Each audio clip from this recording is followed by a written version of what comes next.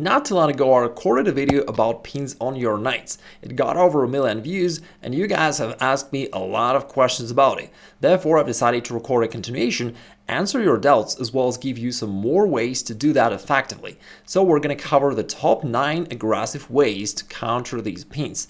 And even using just 1 or 2 of them will surely increase your winning percentage significantly.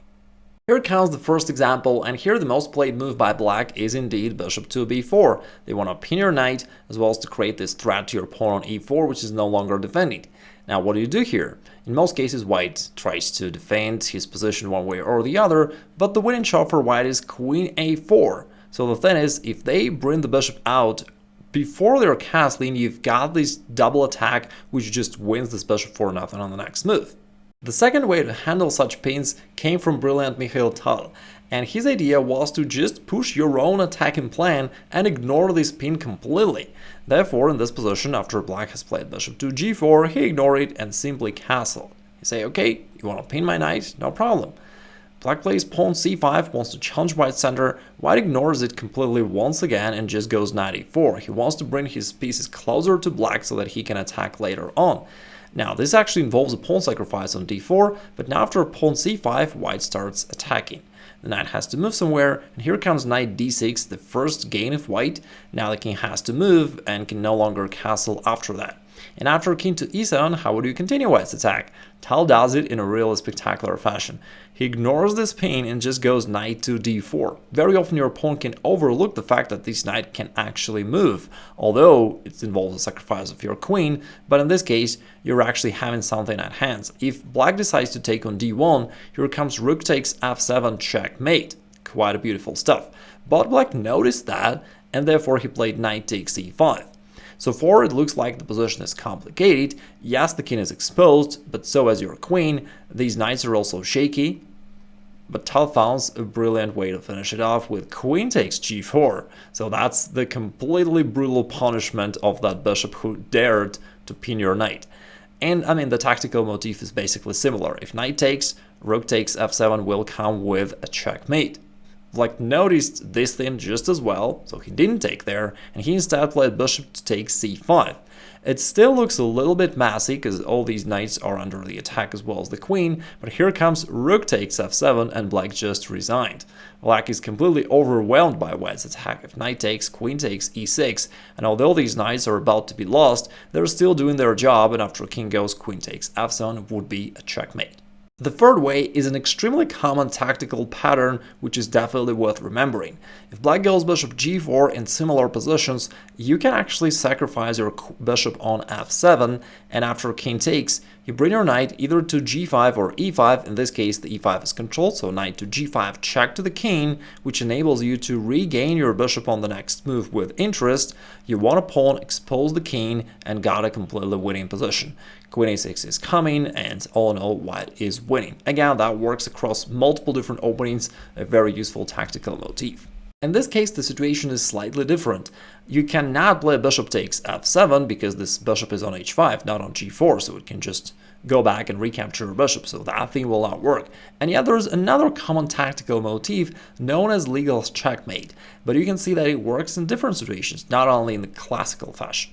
What it involves is knight takes e5, giving up the queen here, which black must capture, because if not, you're going to capture yourself that bishop. So bishop takes d1, and it turns out that your knight on e5, together with this bishop from b3, are ready to initiate a powerful attack against black's king. So bishop takes f7, king e7, bishop g5 check. In some positions there is knight to d5 available, but here bishop g5 is better because knight d5 is controlled by black. So bishop g5 attacks the king. So basically your idea is, yes, you gave up your queen, but you're gonna get his king and win the game that way. Now the only move available for black is king going forward to d6. Now we keep chasing it, knight e4, king takes e5, pawn f4, we'll keep attacking it. And the only way for black is to go forward actually. King f5 is not an option because of knight g3. Quite a beautiful checkmate. So king d4 is forced, and here white takes on d1, not even to gain a bishop, but rather to involve your rook into the attack. And here we have a weird situation where it looks more or less like a normal chess game, but somehow black got his king here in the middle of the board on d4. Besides that, you're also threatening the queen. black decided to play bishop to e7, and let this be our puzzle of the day actually. It is white to play and win, and if you can't find the winning solution, please write it down in the comments below. Here comes number 5 in our list, and it's also one of the very common questions that you guys have asked me in comments. What if, in that situation, after your opponent brings his bishop here to g4, and let's say you play pawn to h3, what if your opponent simply trades on f3? Does that finish all your attacking ideas? Not really. So after bishop takes and you recapture, you may notice a couple good things for you. First off, this bishop played a couple moves and then just was traded off, therefore you're gaining this advantage in activity. Also, if you're taking a look at your bishop, it is putting strong pressure on black long term, versus if you take a look at this knight, oops, not this, if you take a look at this knight, it has nowhere to go, right? This square is controlled by you, so is this one, and the h5 square is controlled by the queen. Therefore, the knight can not really move at all, right? And even if black tries, with the other knight, let's say in the future, it can play c3 and it'll be a similar situation that knight will have no squares to go. All in all, what I mean to say here is that your bishop is actually stronger and is putting this long-term pressure on black's position, giving you a significant positional advantage. Also, whenever your opponent trades off his light square bishop, that weakens his light squares, and you gotta keep an eye on that. There are often tactical opportunities for you to make use of those weaknesses. For example, in this position, you can actually play queen b3 and win the game on the spot by attacking 2 of these weaknesses, and black cannot defend them really. For example, if he tries to defend this f7 pawn by playing something like this, then you grab this pawn on b7 and you're ready to gobble up the rook in the corner. And if black goes queen c6, you can go inside with queen c8, but bishop b5 is even stronger. And you can see that all these light squares in black's position are terribly weak, and you're constantly making use of them with your multiple tactical threats. Having said that, I do understand that not in every position you've got an opportunity to rush into a winning attack straight away. Nevertheless, you're going to maintain your positional advantage and convert it slowly but surely.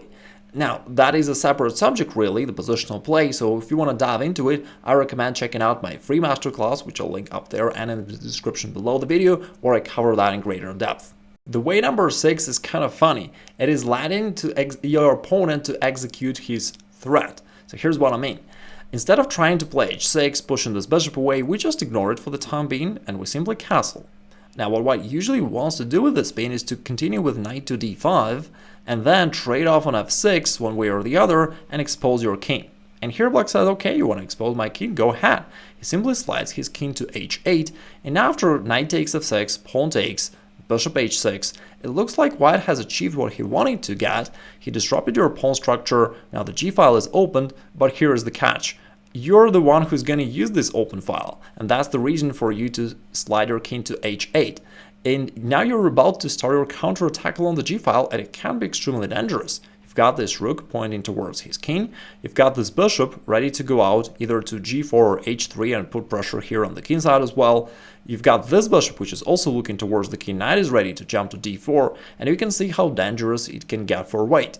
For example, in this game he played bishop c4, trying to convince your rook to go off the g-file, but black played rook to g6, hitting this bishop. White played queen d2, here knight d4. It's just an example thing. Of course, black could play different moves, and here black played a mysterious move, queen to d7. White couldn't figure out what's the issue here and just grabbed the bishop, but it turns out that rook takes g2 is just winning the game on the spot.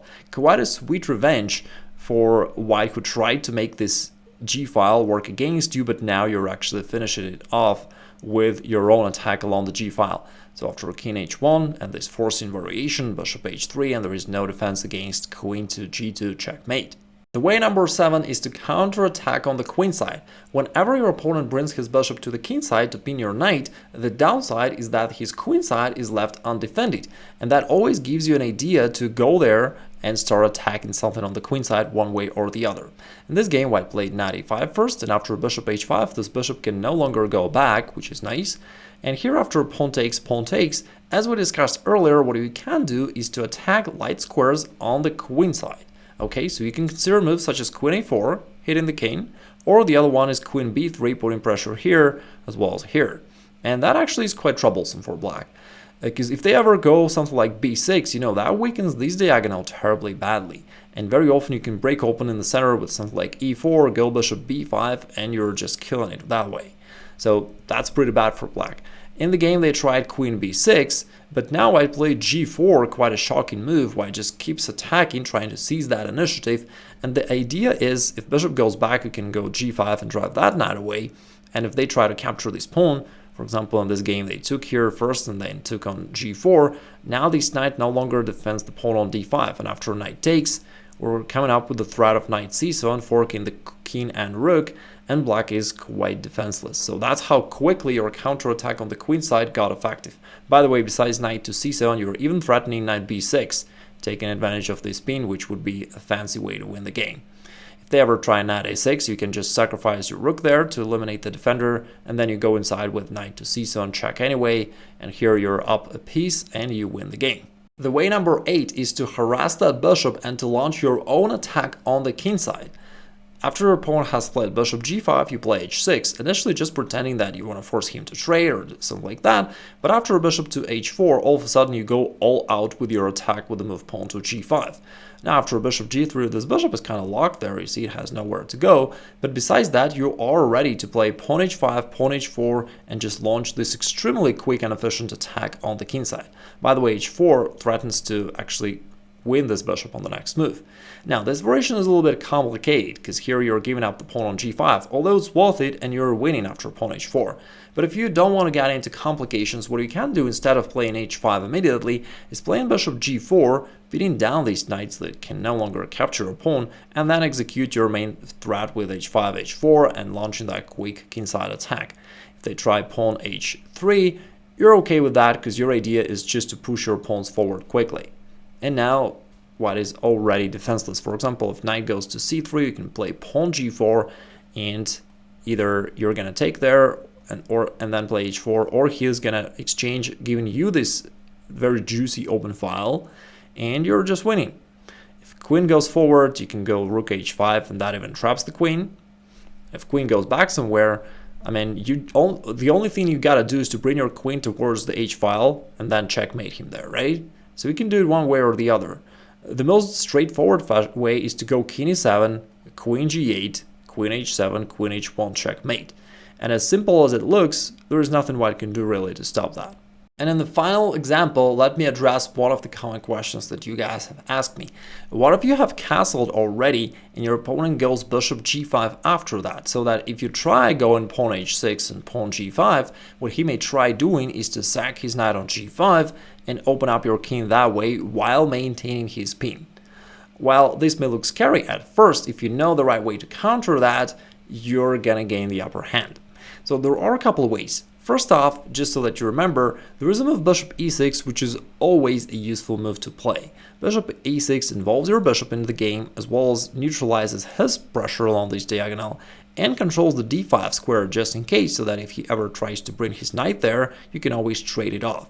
Therefore, bishop e6 is always a good move to play in these positions, and you're completely safe after that. But there is even a more aggressive approach. The more aggressive approach is similar to one of the ideas we discussed previously. It is when you try to use that g-file against white. So while white tried to attack you there, you're actually overpowering him on the king side. So you're going to play rook g8 and use that file for your own attack. And as always, we've got this active bishop, we've got another bishop pointing towards the king, and there's no wonder that your attack is going to be extremely effective. What if he goes queen to f3, attacking your knight that way? You cannot move away because it's pinned down to the queen. But you can play a brave move king to g6. Now, if you are familiar with this idea, it's very hard to play a move like that during a real game because it seems reckless to move your king forward. But if you are familiar with this idea, then you'll be able to play it easily. So what's the idea? Not only you're defending the knight, but you're actually counter-attacking. Like your king is taking a very active part in your attack. And if he decides to trade everything on f6, you're happy, right? Because you're up a piece, so you'll win this endgame. It's much more likely that he'll try to go something like queen g3 and keep attacking you along the g-file. But here comes a really juicy counter blow. In fact, you've got even two of them. Either knight takes e4 or knight to h5, counter-attacking his queen. So that's how you do it. Knight h5, for example. And although you're giving up your queen, you're going to capture his. And white has to go for this line, because if queen moves, you're going to grab his bishop. Therefore, he has to go for this line. Bishop takes, knight takes g3. Now your king is completely safe in an endgame because we traded queens off. Also, notice that this pawn is pinned, cannot move, and therefore it means that his rook is under the attack as well as the bishop, and white's going to lose even more material on the next move. For example, if he does something and you grab this rook, and now you're actually up a rook in an endgame, and you're going to win this easily. If you've got any other questions, make sure to write them down in the comments below, and I will cover them in my next videos. Also, if you want to brush up your positional chess, feel free to check out this free masterclass, which is a concise guide containing all the positional principles of chess within a single video, and it's free.